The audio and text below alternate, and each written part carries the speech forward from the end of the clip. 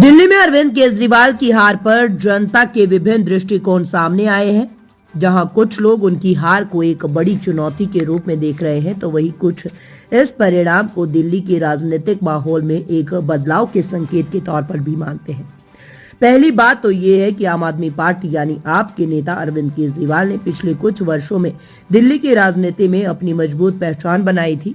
उनका कामकाज जैसे मुफ्त बिजली, पानी और शिक्षा कई दिल्ली वासियों के लिए आकर्षण का कारण था।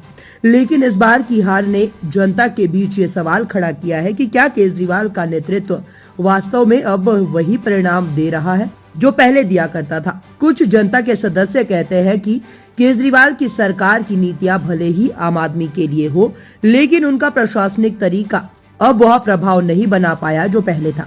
एक नागरिक ने कहा कि पहले केजरीवाल ने जितनी उम्मीदें जताई थी, अब उनका अनुसरण किया जाना मुश्किल हो गया था।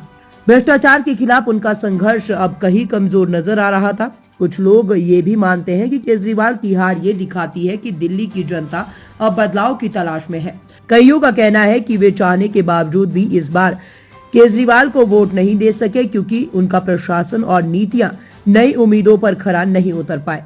वह पहले जैसी ताजगी और ऊर्जा से काम नहीं कर पा रहे थे। एक अन्य नागरिक ने कहा, और वही कुछ लोग ये भी मानते हैं कि ये हार केजरीवाल के लिए एक अवसर हो सकती है। अब वह सच्ची जनता के मुद्दों पर ध्यान दे सकते हैं और अपनी पार्टी को एक नई दिशा दे सकते हैं। एक अन्य मतदाता ने कहा, हालांकि केजरीवाल की हार ने दिल्ली की राजनीति को एक नया मोड़ दिया है। कई लोग इसे भारतीय राजनीति के उतार चढ़ाव का हिस्सा मानते हैं, जहां किसी भी दल के लिए स्थायी सत्ता हासिल करना मुश्किल होता है।